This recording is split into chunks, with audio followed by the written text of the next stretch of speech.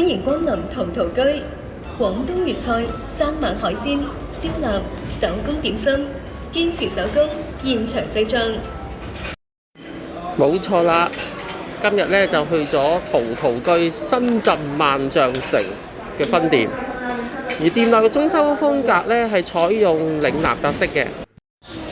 首先推介嘅就係紅葱頭撈生菜嘅，咁今日咧就總共叫咗6樣嘢食嘅。第二個咧就係嚟親陶陶居必食嘅，叫陶陶居大蝦餃。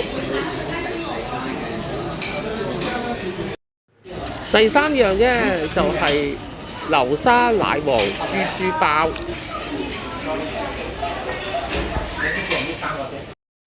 第四個咧就係百搭醬黃蒸鳳爪。嗱，我必定講呢個鳳爪就係你咬落去咧，佢個鳳爪皮係有口感嘅。第五個咧，我永遠都推介人食嘅就係錦繡海鮮紅米腸。佢將一啲紅米皮咧就包咗好似炸兩咁嘅做法嘅，而入邊咧就係海鮮嘅餡料，包括有蝦啦。